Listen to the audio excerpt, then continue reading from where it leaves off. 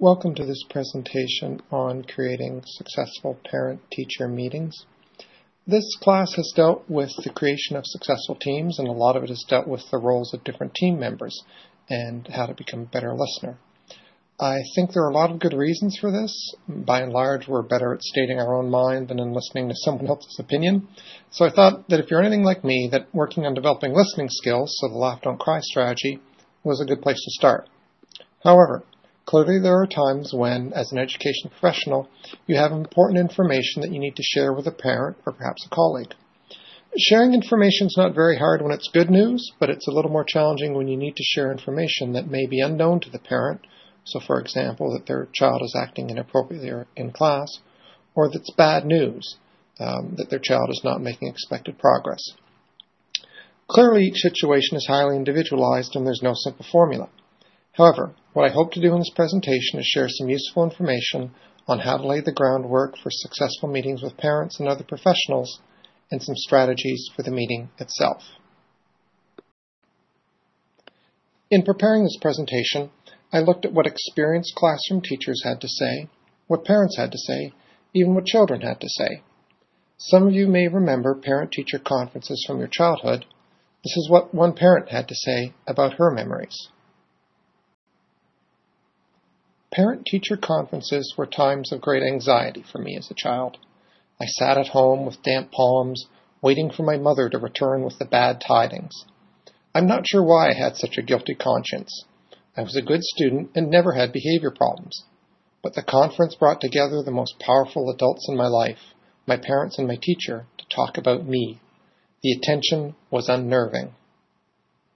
So clearly there's a lot of stress in the room, and when there's stress, a couple of things happen. One, we don't think as clearly, and may say things without really thinking through the consequences. Second, we tend to have poor memories of the details of conversations that are stressful. If any of you have ever been in the position of having a stressful conversation with a doctor or another professional, you may recall that you remember a particular phrase, but the details of what was agreed to, or next steps, are often hard to remember. I spoke earlier in this course about the importance of parents acting as advocates for their children and how we can help them become more comfortable with that role. If there's a child that's experiencing difficulty, it's nice to think that we'll all be solved with one meeting, but chances are that one way or another, parents are starting a long-term and hopefully intensive engagement with schools, and one of your major goals is setting a positive, productive tone. So we're trying to think how we can help parents have realistic goals for their children, know how to advocate for their children, and know how to work productively with the education system. So we're trying to think about all the things that we can do so that when issues arise, we have a firm foundation for working with parents. And one way to do that is by thinking about a strategy that we discussed earlier. So the POET strategy refers to things we can do as teachers to establish a positive rapport with parents. And there's four big ideas. First, that in our communication we're working to be positive, so to catch people in a sense being good. Communication should be ongoing, so we want to be reporting the good times and the bad on a regular basis. We want our communication to be early, so we're trying to make contact before things go wrong, hopefully with some good news. And finally, the communication should be trusted, so in everything we do, we need to respect the confidentiality. Implementation of the POET strategy will look different when working with children in elementary school or secondary school, but basically we're trying to think of ways that we can help parents see teachers and the schools as trusted, positive sources of information. And to the extent that we think we need to talk to parents about special services for a child, we can start to educate parents about academic goals and typical classroom performance. We often hear about parents that do not come to parent meetings or IEP meetings, and clearly getting parents involved and keeping them involved can be a challenging and even frustrating process. Nothing's going to work with everyone, but we can be fairly sure that if the only time parents hear from teachers is when things are going wrong, or to ask them to meetings that they may perceive as confrontational, it becomes tempting not to want to hear from teachers anymore. So this strategy emphasizes trying to get in early with some positive information so that if or when things go wrong later on, you have a positive foundation from which to work. Okay, so with respect to communication strategies, we're trying to make sure that the first news is good news. That may be a letter of introduction that goes out over the summer that focuses on the teacher's excitement about teaching. This might include a brief introduction, goals for the class, teaching philosophy, contact information, expectations for communication, information about parent nights, classroom visits, email address. At a middle school or secondary level, it may be more appropriate to have a personal web page. I know as a parent that I always look for, and I'm impressed by, teachers that have taken the time to create a web page that helps parents put a face to a teacher's name and learn a little more about the teachers with whom their children will be spending their days. Will every parent look at this? Probably not, but a surprising number will, and there's nothing wrong with strengthening ties to parents that are already engaged. Again, all you can do is try things that have a high chance of supporting success and hope that these approaches make your life more positive and reduce the number of challenges that you face. Even if you have serious concerns about a child's academic performance in the very beginning, work to find something to praise in the child's work or behavior and share this with the parent. At a minimum, try and communicate something positive about the entire class so that you can set the tone that you're essentially a positive person. If there is bad news later, we know that it's going to be a natural reaction for the recipient to want to deny that bad news. To the extent that you're known as someone who's essentially positive, it may help parents to move more quickly into a stage where they're starting to deal with the issue. To the extent that you are an unknown or even viewed as negative, a parent may spend a lot of time believing that the problem is all in the teacher's mind. At middle school and high school, if you know that each year you may need to talk to a parent about extra help for a child, one way to help them learn about typical performance is to share information about how the typical child in your class is performing on an ongoing basis. Again, the first contact should not be, your child got a D and the class average was a B, so try to make sure that there are some positive messages about class goals or student participation, so the first message is not bad news. But ongoing information on class expectations can be very useful, especially if you know or feel you're going to need a conversation about seeking additional support or additional services for a child. Again, some other ways of ensuring ongoing and trusted communication include the use of letters and feedback on homework, sharing contact information, email addresses, and parent nights. If you are anticipating a meeting with parents, whether to share good news or concerns or a mixture, it can be very helpful to share with parents your goals for the meeting and your sense of the structure, planned structure for the meeting. So some teachers provide fairly detailed information about the goals and structure of parent-teacher nights. One useful step in this process can be to ask parents to consider and ideally write down beforehand some of the key information that they'll be asked to discuss at the conference. That helps the parents better understand your expectations and will also give them more confidence in their expected role.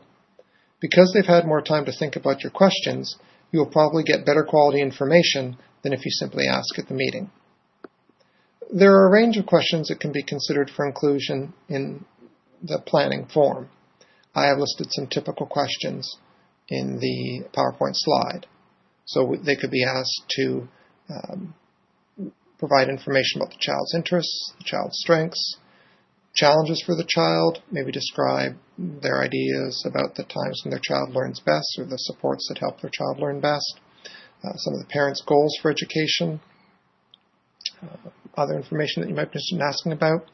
If you'd like to see an example of a parent-teacher form, please go to the link in the PowerPoint slide. This is also provided at the Angel website. So again, before the conference, we're not only thinking about what information we want to share about the child, but we're also trying to think about how we can use the meeting as an opportunity to get the parents more involved on a long-term basis in working with their child and working with the school system. And by asking the parents to really think about what they see as strengths and challenges, we get new information, learn how they see the information, and hopefully we get a good start on a productive dialogue with parents. It's not unusual that kids who have had difficulty at school had parents who had difficulty at school as well. And those parents may not have especially fond memories of school.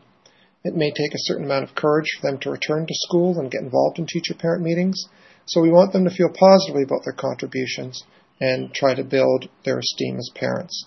And I've identified some ways that we try to do that, getting the parents talking about their concerns and trying to fairly quickly move into taking action and recording the impact of that action. Many teachers find it's helpful to have a regular structure to the meeting, so some steps that many teachers include are a brief introduction to the class and the routine of the class, so some of the goals, samples of student work, positive information about what's going on. Also, towards the beginning, it's a good idea to review the information that the parents provided, confirm the shared positives. So if the parents see things and you see things that are both good and are the same, to comment on that, and also to comment on the extent to which you share goals for the child.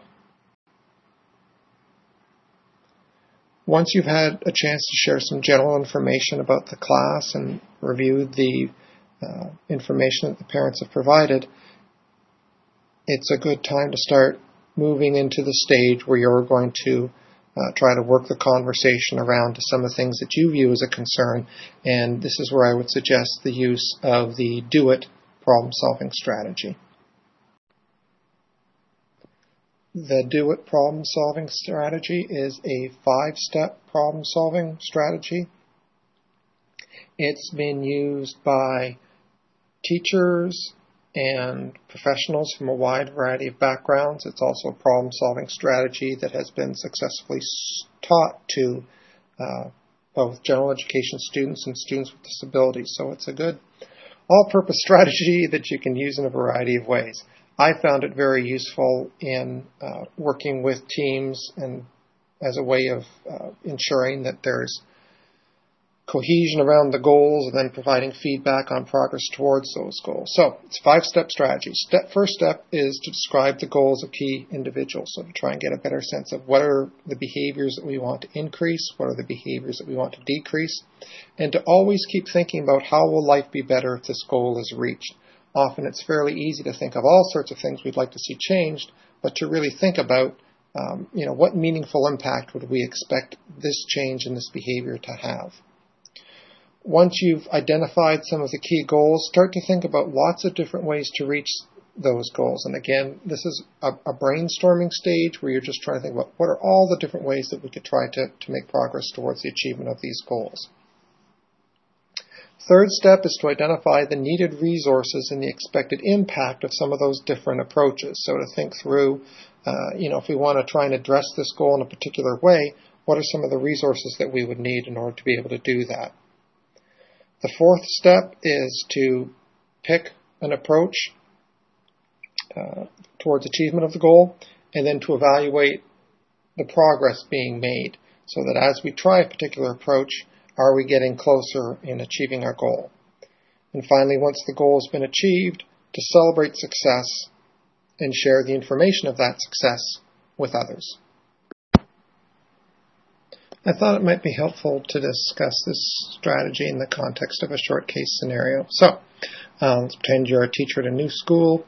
The school district has families from a wide variety of linguistic backgrounds and economic levels, and you've been told that it can be challenging to work with parents. You're concerned about Mark, a new transfer student in your grade 6 science class. When asked to take notes from a text for homework, his summaries typically contain at least one misspelled word in each sentence, the handwriting is poor, and the summaries are very disorganized. His grades on tests are very poor. The parent-teacher planning form that Mark's parents brought to the parent-teacher meeting was only partly completed. The handwriting was poor and contained misspellings. Their academic goal for Mark was to graduate high school.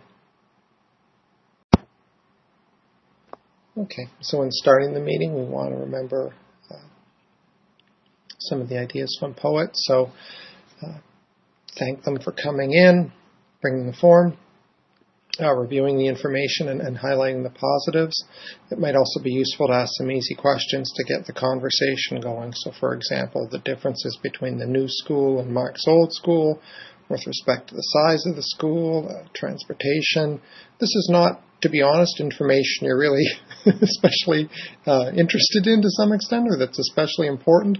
All you're trying to do is ask some easy questions that will be easy for them to answer and just get everyone a little more comfortable with the conversation going back and forth. Okay, so after the basic introduction, we now move on to actually implementing the steps of the Do-It strategy. And the first step is to describe the goals of key individuals. So in a sense, we have two sets of goals we're concerned with here. The first are the goals for Mark. So with respect to the behaviors that we want to increase, we want him to demonstrate a better understanding of the content, probably principally a better performance on tests. At the same time, we also have goals for the parents. Now, we probably won't discuss these out loud, but we would like them to have a better understanding of where Mark is in terms of his current performance and performance needed to be successful in school. We would also hope that they would learn some strategies to support his success, and also really that they would increase their belief in their ability to support Mark so they can become better supports and advocates long term. In a sense, we're trying to increase their motivation, and motivation has two parts. People have to believe that something is worth doing, and they also have to believe that something can be done, that they can be effective in achieving change. Mark's parents may want him to do better in school, and we need to help them believe that they actually can help him do better in school. So again, as part of the Do-It strategy, we always want to think about how will life be better if these goals are reached. In the case of the goals we've identified here, if the student's more successful in school, he's got a better chance of graduating and graduates high school. He has more opportunities after high school, better opportunities for better jobs. Also, if the parents become better advocates, the long-term outlook for Mark is certainly brighter. To the extent that parents are positively engaged with schools, there's a higher chance that a student will do well and graduate. I'd like to just stop for a moment and talk a little bit about the difference between goals and activities. The reason I distinguish between goals and activities is because it's very important to get agreement on goals before moving forward to identifying what activities might be used to pursue those goals. There are a lot of different activities which can be used to reach goals. In Mark's case, if we sort of confuse goals and activities, we might say that our goal is producing neat notes or doing half an hour of homework a night at home. Maybe that will be our best solution, but it may also be that the best way for him to get a better understanding of the content is by working with a partner at school during study hall, or write out 3 questions at school, read the chapter at night, and then answer those questions orally in class the next day. The goal is that he understand the content, and we can reach that goal in a lot of different ways. When I have taught this strategy in the past, I think the biggest challenge for people has been to step back and say, what's the goal here? What's most important? And then remaining open to achieving that goal in a lot of different ways. If we confuse goals and activities, we can get locked in too quickly on one particular approach and not really consider the broad variety of ways that we might be able to achieve a goal. Clearly, the challenge of these meetings is not so much when people agree on the issues coming into the meeting. The problem is when one side sees a problem the other is not aware of or does not believe is an issue. This may be related to different behaviors being seen at school than are seen at home. So there may be aggressive behavior that's seen at school that's not seen in the neighborhood. There may also be different standards for behavior. So parents may accept behaviors in the home that teachers find problematic at school. Parents may also not be aware of how high academic standards are in some content areas. We have emphasized that we want to listen to parents and be aware of their concerns and beliefs, and that's true. There are also times, however, when we need to take steps as teachers to ensure that we have a classroom that's a positive learning environment for everyone and that students get the academic help they need. So what I have seen work well in the past in these situations is trying to frame the goal in terms of something positive. So If you have a student, for example, who's aggressive, the goal is that the classroom is a positive, safe place for everyone. If the parents are unaware of their child's behavior, or if they don't accept your personal description of the behavior, this is the time to document what you have seen and to substantiate what you have seen by getting other people to contribute. If the problem is academic, the groundwork you have laid earlier with evidence of typical performance will be helpful if you need to emphasize that a child's performance is such that additional attention is needed. Ideally, you would also have some informal evidence that the kind of intervention you will be proposing could be useful. Again, hopefully by this stage there's been enough positive communication on other topics that you will be a trusted source of information. If you need parent buy-in to the program, and clearly ideally there's always parent buy-in, there's no sense moving forward to talking about interventions until you have agreement on the goal and the need for intervention. Some teachers even talk about completing behavior checklists with parents, or doing side-by-side comparisons of a student's academic work with that of peers, so parents can get a better understanding of teacher concerns. Clearly, this is a delicate situation because you're not trying to argue that you're always right or that yours is the only way. So if you anticipate problems, it's extremely helpful to have someone else who has a positive relationship with the parent be present at the meetings to substantiate what you're saying. If the parents vigorously deny the problem or are strongly opposed to any action being taken, consider proposing that everyone take a week to gather more information and meet again.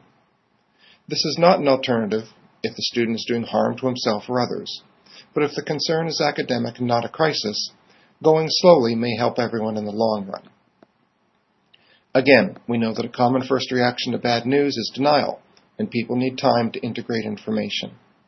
Giving parents a week provides you with time to gather more information, and if your news is truly surprising, it gives parents time to think about what you've said.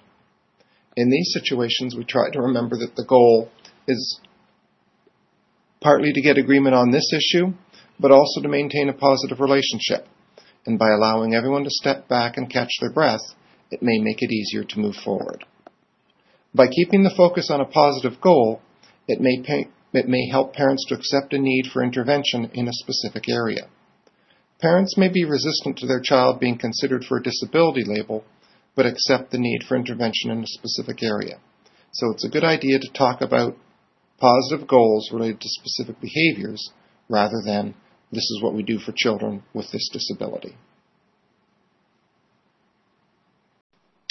Okay, so once we've done a good job describing our goal, our next step is to outline lots of different ways to reach that goal.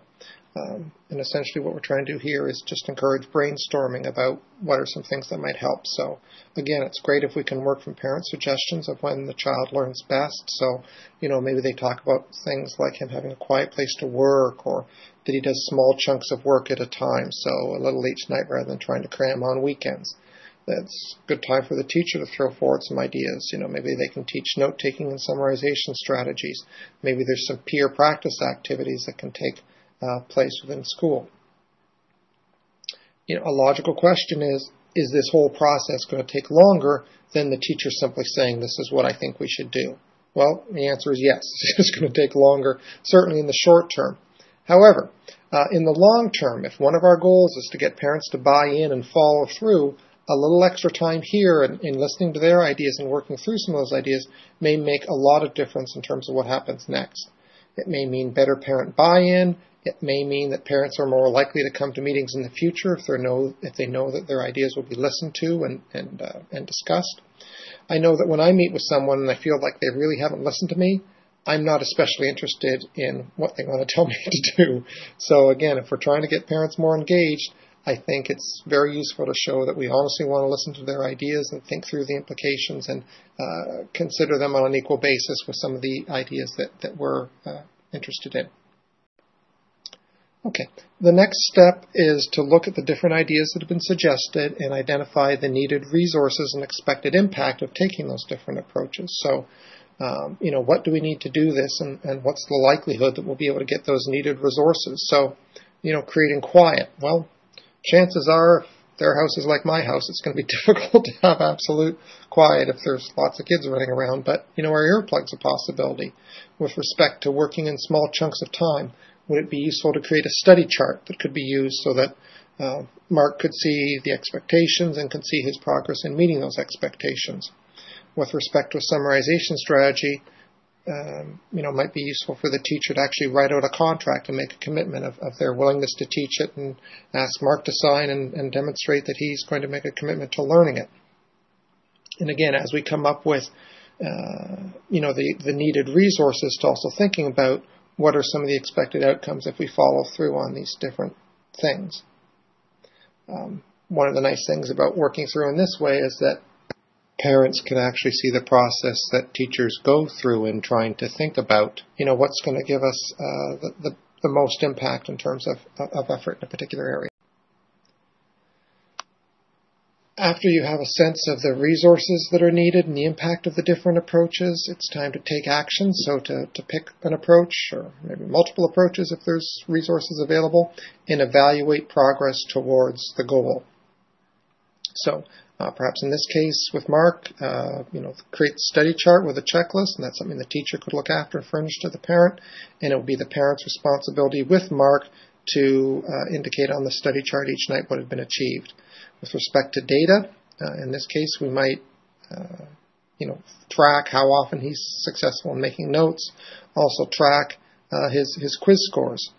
And working from this data, we can either decide that the intervention's been powerful enough and led to the hoped for change with grades, or that more changes are needed.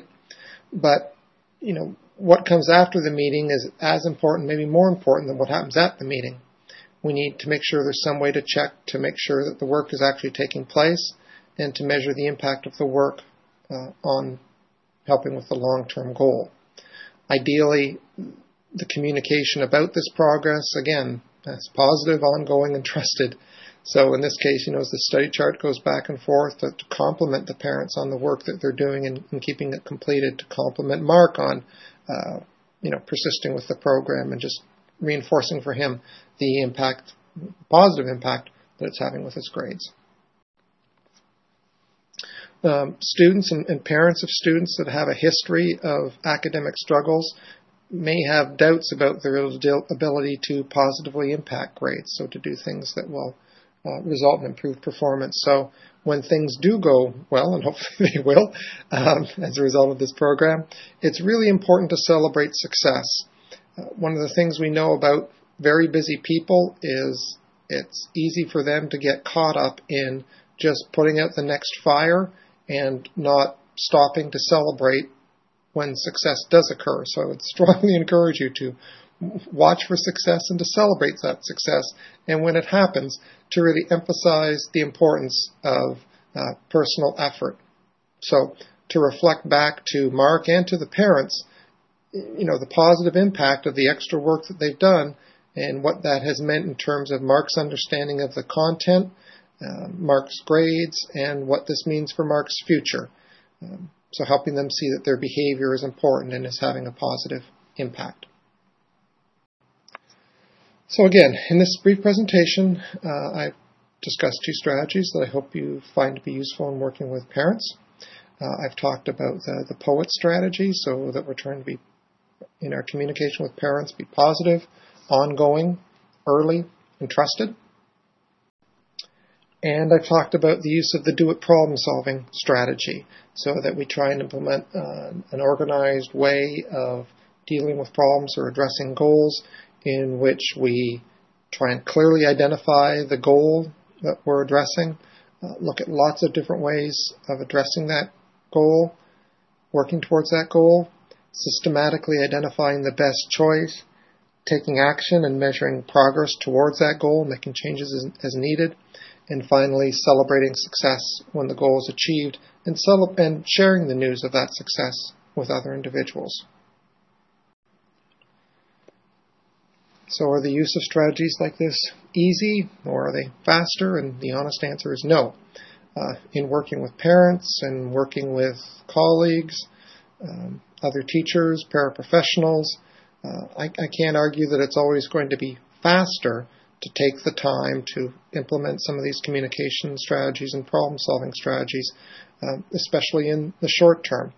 But I would argue that in the long term, they lay the foundation for positive relationships in the future, chances are you're going to be busy as a teacher, and if you're going to be busy, you might as well be busy doing positive things that you're excited about, rather than preparing for high-stress meetings. So while it does take time to implement these strategies, hopefully it's a positive reinforcing time for you, and it's certainly been my experience and the experience of others that time spent with these types of approaches can also reduce the amount of time you spend in high-stress meetings and dealing with problems. So I hope you find these approaches of interest, and thank you for the opportunity to share this information with you.